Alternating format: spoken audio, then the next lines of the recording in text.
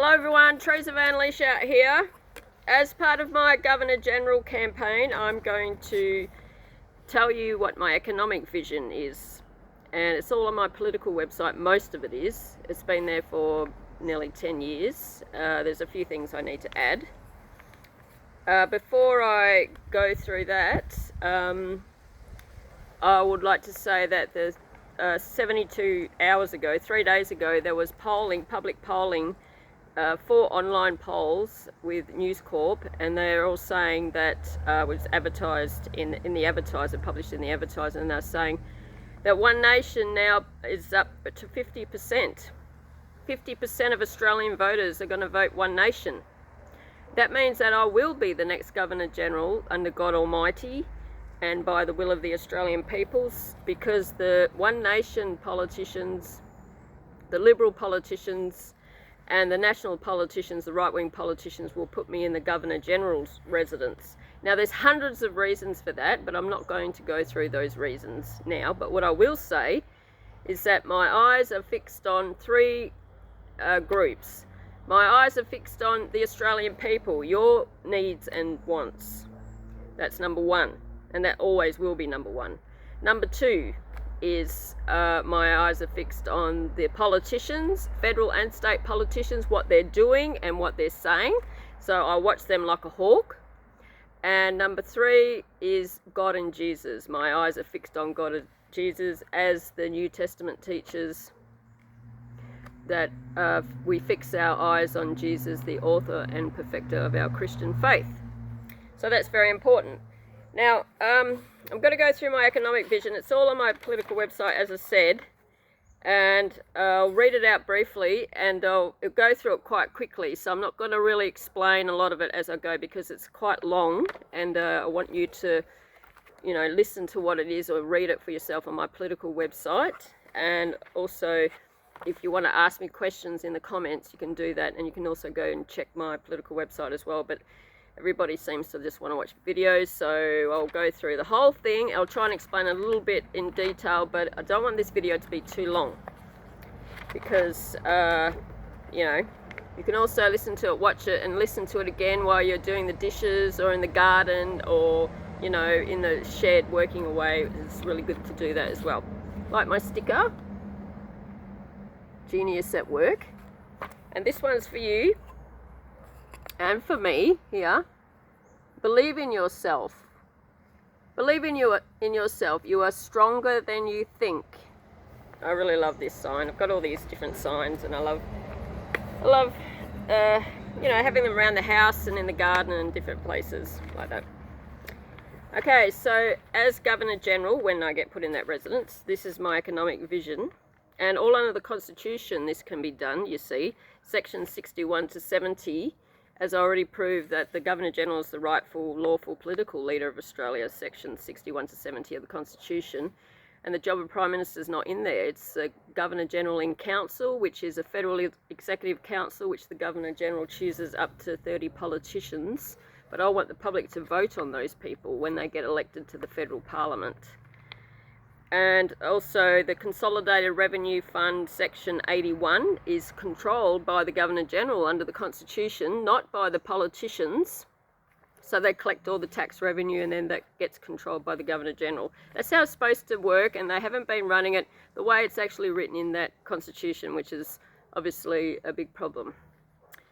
Also, that the Constitutional Commission report that was published in 1986-87, that proves that it's called the Governor-General in Council with the Federal Executive Council, which is a team of up to 30 politicians. It's between 70 and 30. So I would have the maximum number in that group to make decisions, and then they get to also spend some of the funding as well. And there's all different, way to run the meeting and all this sort of thing, which is, I've already worked all that out. Also, this economic vision is published under Section 51 of the Constitution, which is human rights applied, special human rights powers, and also effective management of the economy, and all decisions that have anything to do with the economy can fit into that section as well. Section 109 of the Constitution, which is Commonwealth laws override state laws. So specifically looking at Section 61 to 70, Section 81 Consolidated Revenue Fund, and Section 51 and Section 109. You can look those sections up in the Constitution yourself, and there may be some others that apply also. So I've got 12 points. As I said, I'll go through as quickly as I can, and then extra questions that may come, I will answer them. The first thing that I'll do is control the Reserve Bank to have effective monetary policy. At the moment, those politicians don't have effective monetary policy because over 100 years they've allowed the Reserve Bank to do what they want as an independent group. That's very bad for any political leaders to do that. So I'll control it by seizing the building and Commonwealth seizure laws, and then the paperwork goes in, and then I will control that. The Governor General's office will control that building. There'll be a new banking law, and I can also create laws and sign laws under the Australian Constitution. There's nothing in there that says the Governor General can't do that, because they're the rightful, lawful political leader, and they work with the Federal Executive Council to make laws, sign laws, and make decisions. If they had been running it that way the whole time, then this nation would be saved and working effectively, but unfortunately they haven't been doing that. So a new banking law, and it'll include the Reserve Bank can only lend rates at 1% legally. They can't do what they want, and they can't say inflationary pressures here and there, so we're going to put the rates up. Actually, inflation is fake, it's not real, but the cost of living is very, very real. You know, as a teacher, I worked as a social studies teacher and a phys ed teacher, and for 30 years, well, I've been qualified for 30 years. I've got a Master of Education specialising in leadership management, but I taught 20 years in the high school system. I taught a lot of economics, and I taught, you know, a lot about politics and the legal system. So I know a lot about economics, and I also taught economics, and I worked in the banking system as well for 8 years before I became a teacher. So I know a lot about banking, I know a lot about economics, and that's why God and Jesus primed me for this job. That's basically, and all the moral decisions that need to be made for all the social problems and as well. So 1% capped lending rates by the Reserve Bank, then home loan rates capped for the banks across Australia, all banks at 2%. So they can't lend more than 1% on the variation rate. See, this is proper monetary policy. When you control the Reserve Bank, you have monetary policy.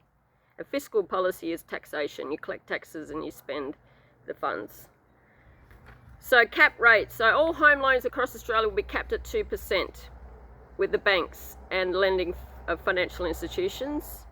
At 5% home loans capped. Cash will remain, and sure cash remains. And branch banking must remain and reinvigorated, because there are some banks that don't provide branch banking anymore.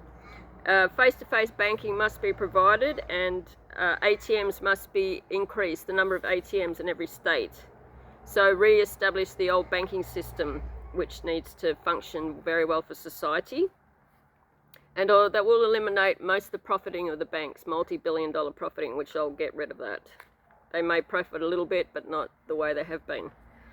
Number 3, new tax laws, and mostly under Section 81 of the Constitution, which is effective management of the economy as well, and Section 51 and Consolidated Revenue Fund, which goes straight to the Governor General's office. It doesn't go to the politicians. They can't just spend billions of dollars and do what they want, you know, which is what they've been doing, wasting billions and billions and billions of dollars. I mean, there's just no laws for them to do that.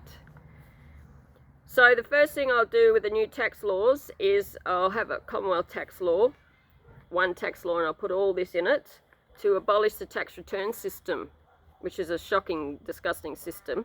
I'll abolish income tax and all other taxes except the GST, and abolish property transfer tax and all these abusive taxes, federal and state, Commonwealth and state taxes. And then I'll legislate a low transactional tax through the banking system. We had that in the past, taxes on deposits, very low taxes on deposits and withdrawals, and it's been done in other nations as well. And the system I devised is a 2% tax on individual accounts, So individual accounts 2%. So all workers will be paying 2% tax across Australia. That's it, through the banking system. And deposits and withdrawals 1% and 1%. So every time you put money into your account, you pay 1% tax. If you take money out of your account, you pay 1% tax. That's individual accounts. If you're over 65 years, there will be exemptions. Okay, over 65 exemptions. And then we may have to look at that a little bit as well later, depending on the revenue totals that come in.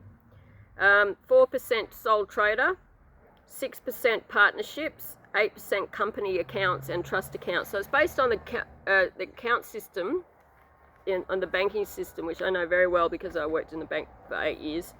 So I know how to do this. So 2% individual accounts, 4% sole trader accounts, 6% partnership accounts, and 8% company and trust accounts. So all the companies will be paying 8% tax, 4% on deposits and 4% on withdrawals. They will be paying more tax, as they should be. A lot of companies aren't paying tax with the current system that we have.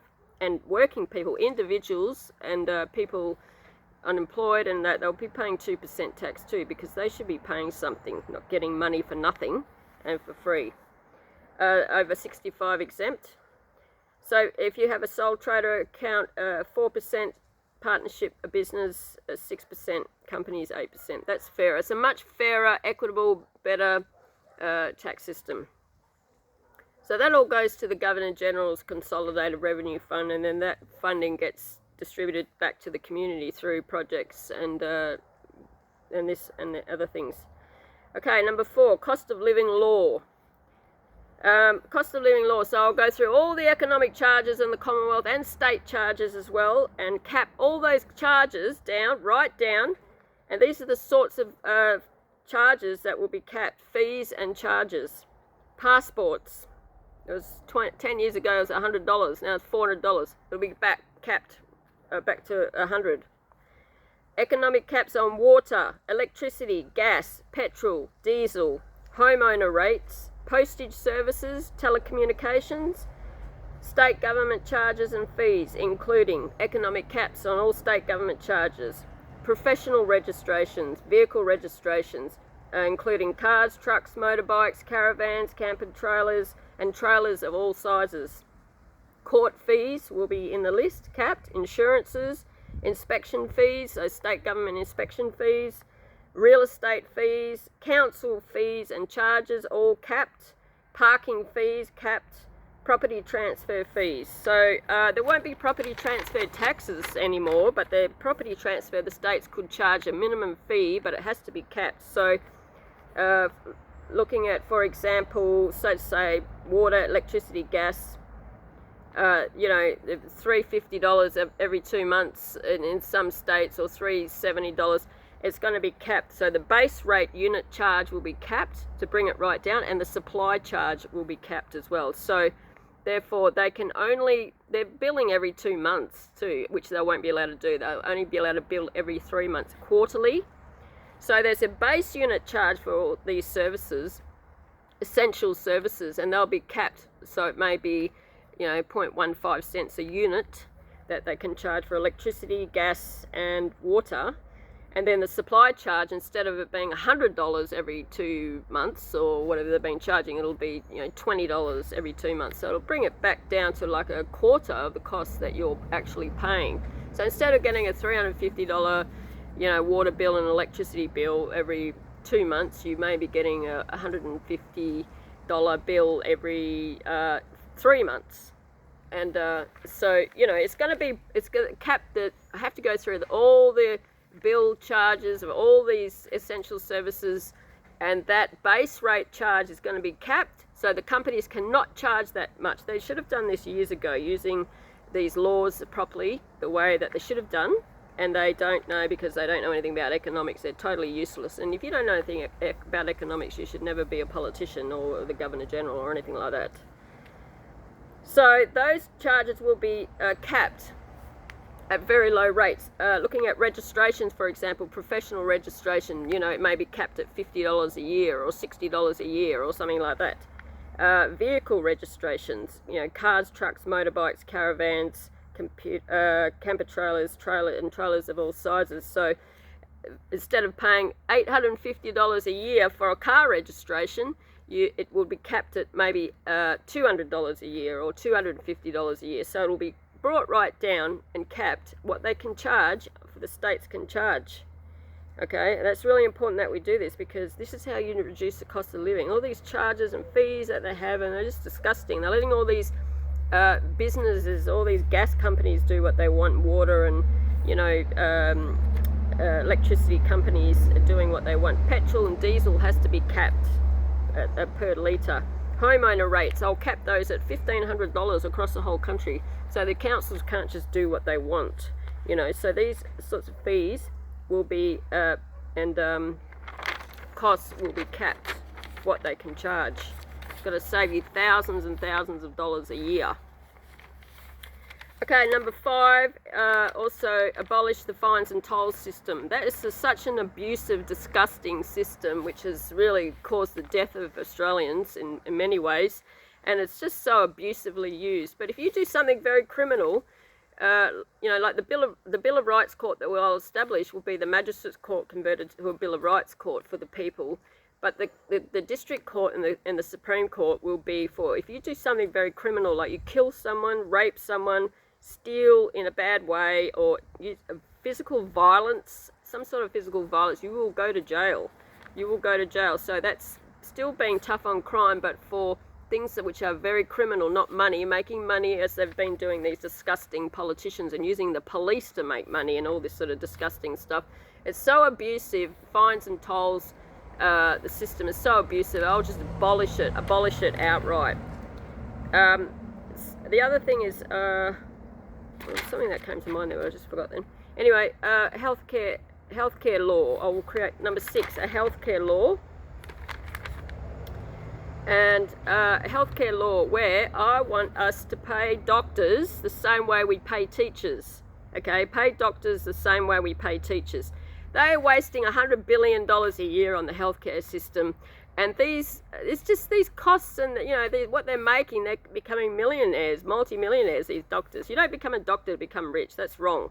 Okay, so teachers are very, very important. As a teacher myself, you know, 30 years, I got a Master of Education in Leadership Management, so I know teachers are incredibly important, and doctors of course are incredibly important as well. But we pay teachers a salary, and they get leave, they get annual leave and the sick leave, and they get superannuation and all that, and I want us to pay doctors the same way. Okay, I also will take a pay cut from $709,000, which is that criminal Sam Mostyn, they're paying her, that rubber stamp Labor criminal, from $709,000 to $250,000 a year as the Governor General, and no one in this country is going to get paid, that works in the government, is going to get paid more than me. Okay, so all these disgusting salaries they're paying all these disgusting people in their jobs, their dumb jobs, that don't even do anything properly, they're not going to get paid like that. You do the job for the right reason. So doctors should be paid the same way. This way they get leave, they get paid leave, they get good superannuation, they get sick leave as well. You know, so they're not working all the time. They want to be with their families and all this sort of thing. So we need a system where we pay doctors, and then they won't be able to, we pay doctors the same way we pay teachers, and then they won't be able to charge for their fees. Okay, they won't be able to charge for their services. They won't be able to charge you to go and have an operation. They won't be able to charge you to go to a GP. They won't be able to do that. We need to have a system like that, because they're providing an essential services, but they can't be having people in those jobs just getting wealthy. And you know, effectively it'll get rid of the Medicare system, because that's just a stupid, dumb system, right? Now, they won't be able to charge for their services, so they get paid a salary, they work for the government, they work for the Australian people, they provide an excellent service, they get extra funding through the health system, this healthcare law, and they get funds. Doctors can get funds for equipment and staff and buildings, you know, that they need to use for GPs and all this sort of thing. But this just giving $100 billion to these medical people, and they're just doing what they want. They're not even providing proper services, and they're trying to charge people on top of that. That's just wrong. It's just a disgusting, bad system. We can bring doctors here, Christian doctors, all over the world, you know, to work here for that purpose. And also have a lot more natural medicine, you know, get rid of the pharmaceutical drugging system, which is horrific. Just have more natural medicine and proper medicine, proper training in the universities for doctors. Okay, number 7, drill and extract oil and rebuild refineries, fuel refineries, one in each state, which is 8, and that was 20 years ago we had 8, and now there's only 2, so we need to drill and extract oil and rebuild our own fuel refineries, diesel and petroleum, and then we can have that supply. We've got hundreds of billions of barrels of oil here, and that's already been proven. Number 8, a Bill of Rights. So I want to see at the petrol pump then an economic cap on petroleum and diesel at $1 a litre. So we can get it down to $1 a litre. That's pretty good. If we produce and manufacture our own oil and petroleum and refined petroleum and diesel, then that will work. Okay, 8, a Bill of Rights. Now I just want to talk about the property rights here in the Bill of Rights. There's a big long list of Bill of Rights which I've got on my political website. Because the property rights for subdivision, a minimum of 500 square metres, I'll put that in the law, a Bill of Rights law. Subdivision for property rights, where you can subdivide minimum of 500 square metres and you don't have to go through the council. The way the councils are holding a gun to the heads of property owners, they can't subdivide if they've got 5 acres and they want to subdivide into, 5 or 6 lots and sell land to people so they can build a house. Now, we will bypass the councils, they'll have no say. You'll have to get your building plans, subdivision plans signed off by a builder, surveyor, an architect, somebody who's a professional qualified in construction and building and, it's subdivision and that sort of thing. A professional person signed off the paperwork, bang, off you go, subdivide, and then you build houses. Builders can build houses. Not through the councils, we'll bypass that.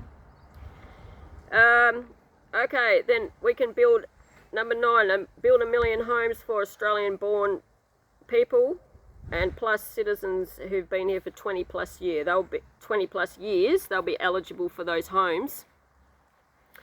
But first, the Australian-born. Now, this subdivision rules with the Bill of Rights, property rights. We can get then that there's land everywhere. We know.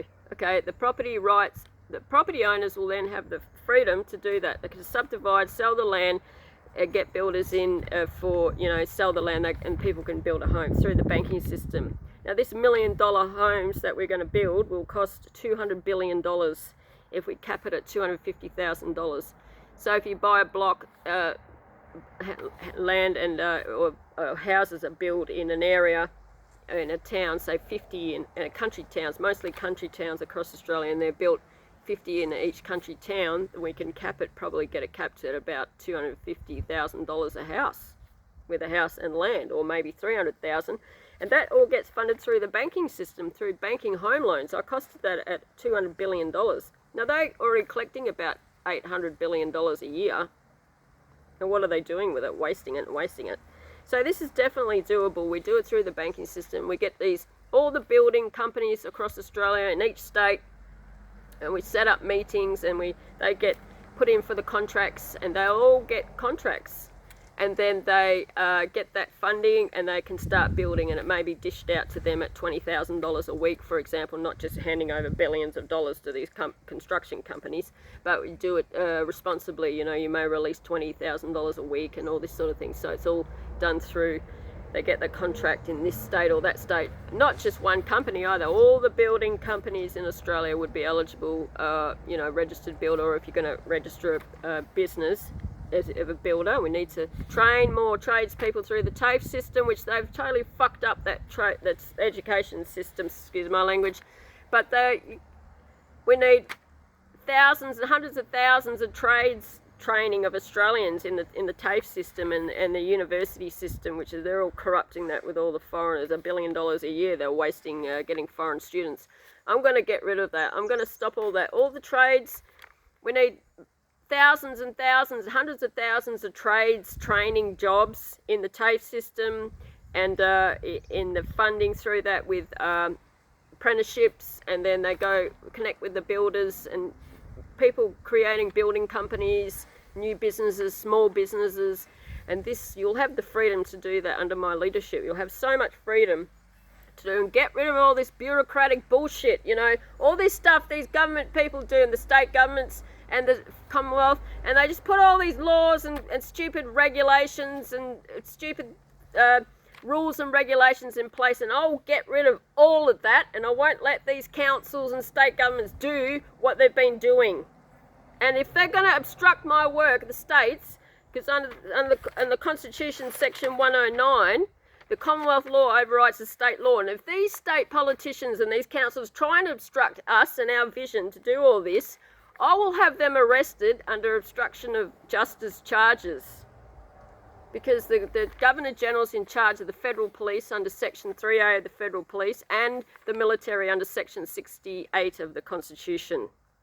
So if they're going to try and stop us and threaten us of building 1 million homes and creating small business and all this funding going out to businesses and community groups for jobs, they try and stop us, I'll just say, no, you're not going to do that. And these banking directors as well. They try and say, oh, we can't do that, or these electricity companies or gas companies, or they're all going to be Australian owned as well.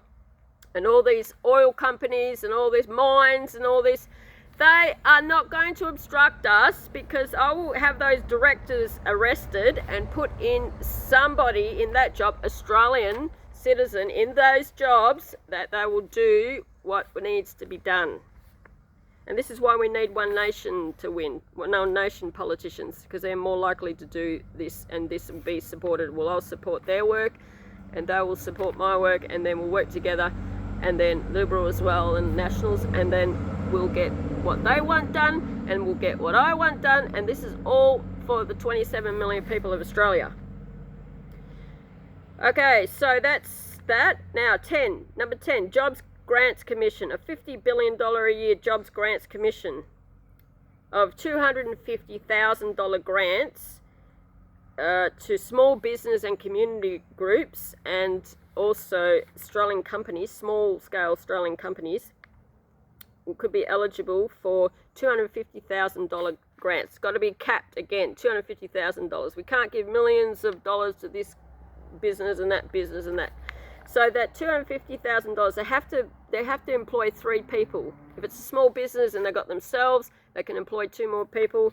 So 3 people, that's $70,000 a year plus $40,000, $70,000 a year salary plus $40,000 training, for example. Well, they can pay themselves what they want. So they have to prove that they've got 3 people employed for the grant.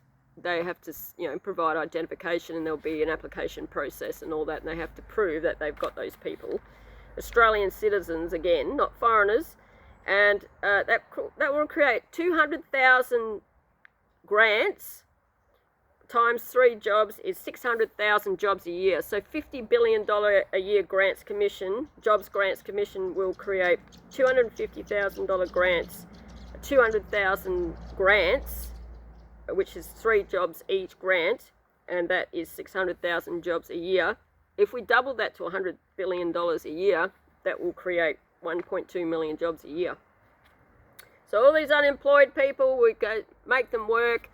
All these other people, homeless people, give them a job. Here's 3 jobs.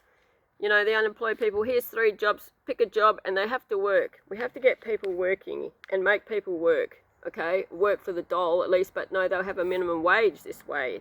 They have a $70,000 job, not the dole. Okay, so that way it's proper jobs. We need to create hundreds of thousands of jobs for Australians, and millions of jobs, so that we don't just cut people off. We have to create the jobs, and then we offer them the jobs, and they have to take the job. Okay, they can't just sit on the dole anymore. That's it. Get rid of all that. So those grants are going to go to small business, Australian small business, community groups, and Australian companies, small-scale Australian companies. So the small business sector is the biggest employer in Australia. They employ about 70% of workers. That's all over the world, actually, and Australia is like that too. Number 11, I will abolish ASIC and create a new National Economics Board to support business, support small business, support companies, Australian companies, and they will be supported with incentives, and they get rid of the bureaucratic rubbish. And this new National Economics Board, because ASIC is disgusting. They just destroy people's businesses and companies, and they steal assets and and bank accounts of people, and they happened to me in a Victorian company, and they're just monsters. So I'll get rid of them. They're just a criminal organisation. So new National Economics Board, and that will be to support and encourage business people to grow and develop and thrive and employ more people, and they need all the support they can get to do that. Okay, so that's very important. And if you want to develop a small business, if you want to register a small business, a new small business, you and 2 of your mates, you know, or 3 of your mates, and then or just you on your own, and you can put the paperwork through with the National Economics Board and put the paperwork through and get that registration. How all those business registration fees and all that will be capped. They'll be very low, you know, maybe $10 a year, $20 a year or something like that. So all these low fees, you know. So make it much easier for people to register a small business, conduct a small business, manage and develop a small business or a community group organisation that's registered. They'll be available for funding too, and they get support. And get rid of all this bureaucratic rubbish that is just stopping everybody from doing things, working and thriving their business. And number 12, Australian owned and made law, which will be no foreign owned assets and resources in Australia. So it'll include business, farms, manufacturing industry, oil, coal, gas, all industries, housing industry, you know, hotel industry, all businesses, industries and companies and resources, you know, across Australia, energy resources, it's all going to be Australian owned. If you want to operate in Australia, you have to be an Australian owned business, registered with the National Economics Board, and you'll have to have Australian business license, and a citizen. You'll have to have Australian citizens as directors of the company. Okay, so you have to be an Australian citizen to have director of the company, be a director. This is how we build our own people up to profit economically, and by encourage them to be, you know, you encourage them to be actually profiting with the business and developing their business, and you have to be Australian citizen. That's it. What sort of foreign investment are we going to have? I don't know.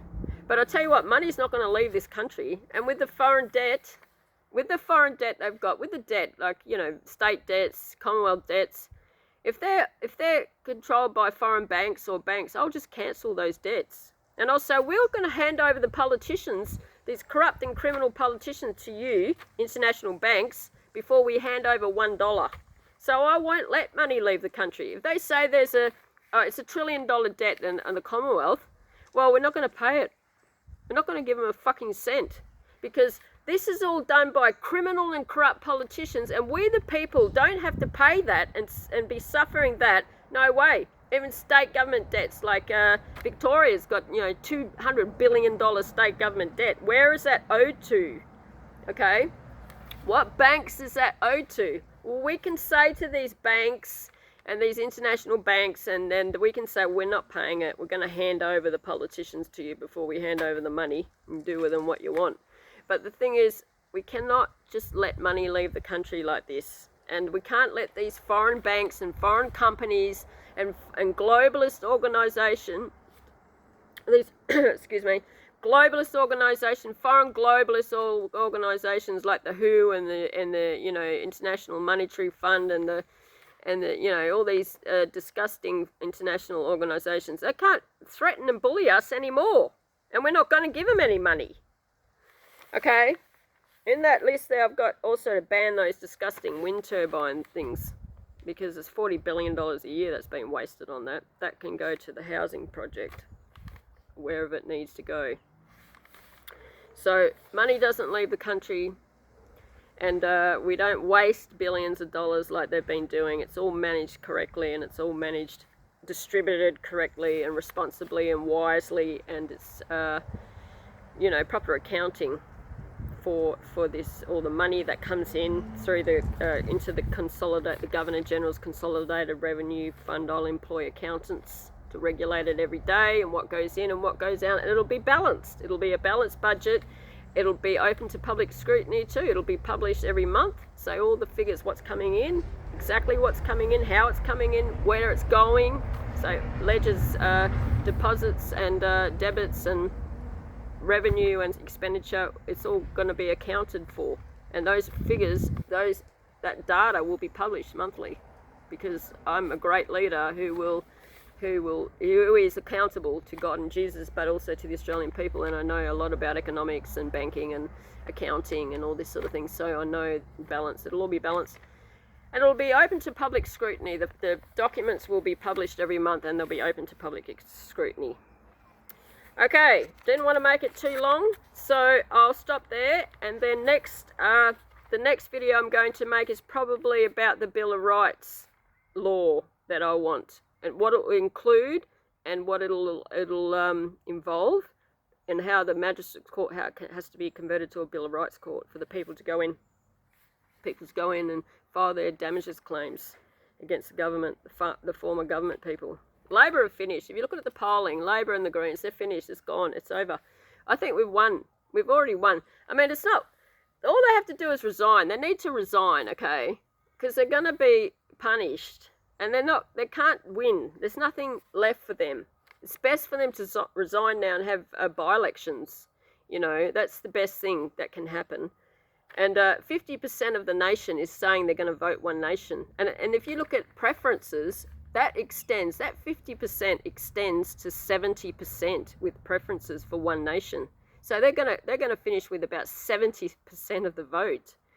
It's just going to be, everybody's on fire for change, and people are not going to go back and vote for those other parties, because they've had 100 years destroying this country, and people are not going to go back and vote for them. Doesn't matter what they do and say.